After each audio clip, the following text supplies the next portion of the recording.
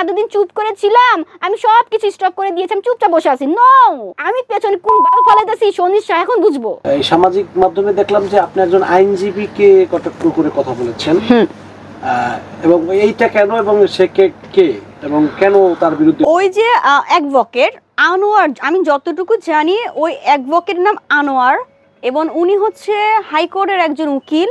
আমি এটা নোটিশ পাই নাই, আমি শুনেছি একটা যে কোনো ফেসবুক পেজে আমি দেখেছি যে নূপুরের নামে এবং আমাকে নিয়ে যারা নিউজ করেছে তাদের নামে নাকি নোটিশ আসবে আইনগতভাবে।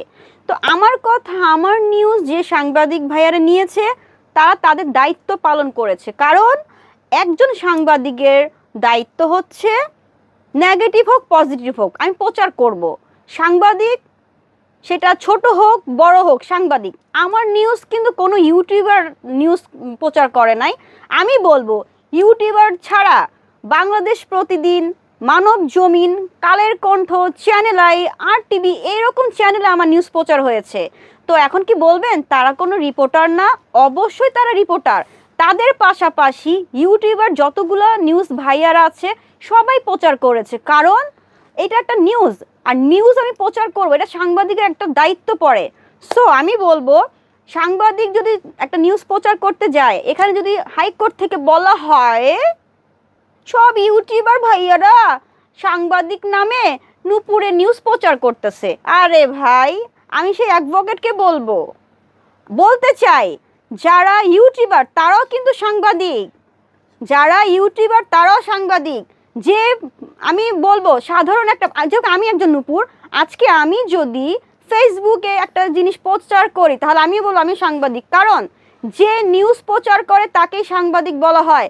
সে কোনো বিখ্যাত চ্যানেলে হোক, সে কোনো সাধারণ ব্যক্তিগত চ্যানেলে হোক, নিউজ তো নিউজই হয়। সেটা কোনো বিখ্যাত চ্যানেল হোক, সেটা কোনো নিজের পার্সোনাল চ্যানেল হোক, নিউজ তো নিউজই। তার মানে কি সাংবাদিকের কর্মই হচ্ছে একটা ঘটনা পাবলিকের কাছে পৌঁছানো।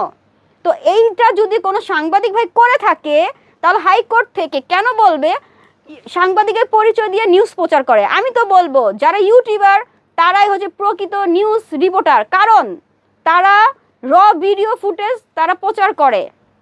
তো আমি বলবো যারা র ফুটেজ প্রচার করে তারাই হচ্ছে প্রকৃত নিউজ রিপোর্টার, কারণ তারা তো যেটা দেখছে সেটাই তারা ছাড়ছে। তা আমি তাদেরকে কেন বলবো না তারা রিপোর্টার না? আচ্ছা গেল রিপোর্টারের কথা গেল, এখন আসেন আমার অশ্লীল কাপড় পরার জন্য হাইকোর্ট থেকে বলেছিল আমি নাকি দেশে অনেক ঝামেলা করতেছি, পাবলিক নাকি আমার নিউজ দেখতেই পারে না, অথচ মিলিয়ন পর মিলিয়ন ভিউ হচ্ছে আমার।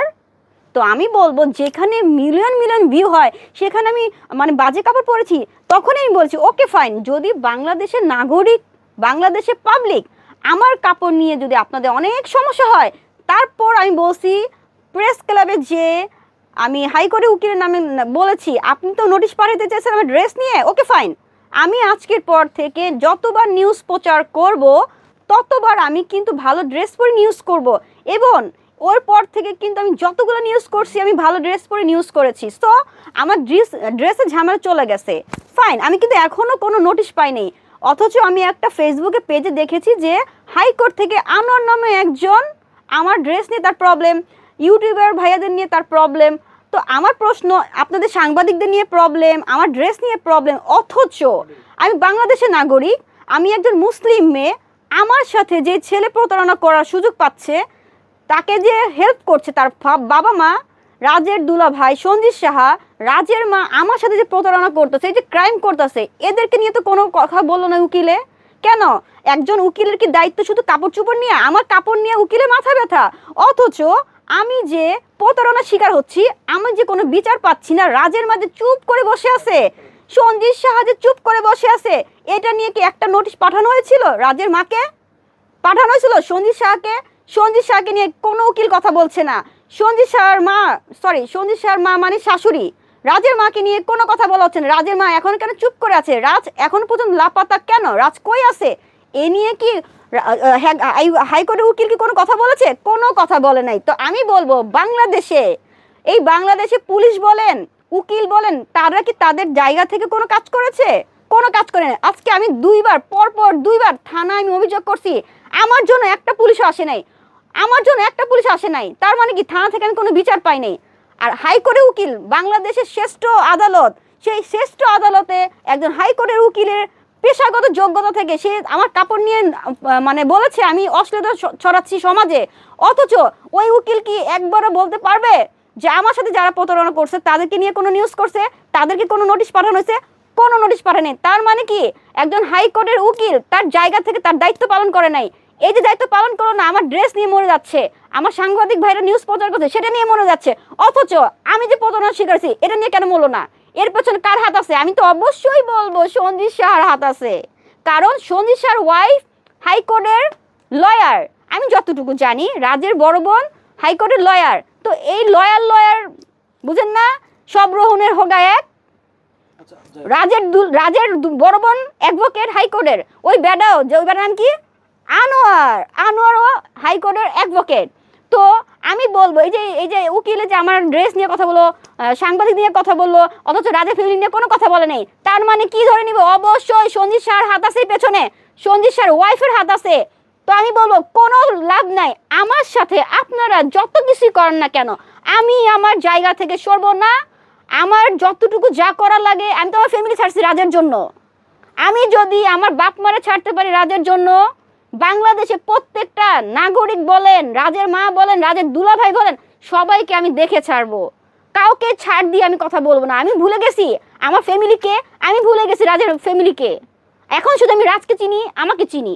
সো আমি যদি রাজের দুলাভাইকে বলে থাকি যে আমি যতদিন বেঁচে আছি রাজের দুলাভাই কখনোই আমার কাছে রাজকে রাখতে পারবে না, কারণ আমি জানি আমি যদি রাজকে ভালোবাসতে জানি, রাজকে কিভাবে আমার আনতে হবে সেটা আমি ভালো করে জানি। একটা নারী যখন হিংস্র হয়, নারী হিংস্রতা কত ভয়ঙ্কর হয় সঞ্জিত শাহ জানে না, সঞ্জিত শাহ সেটাই জানবে।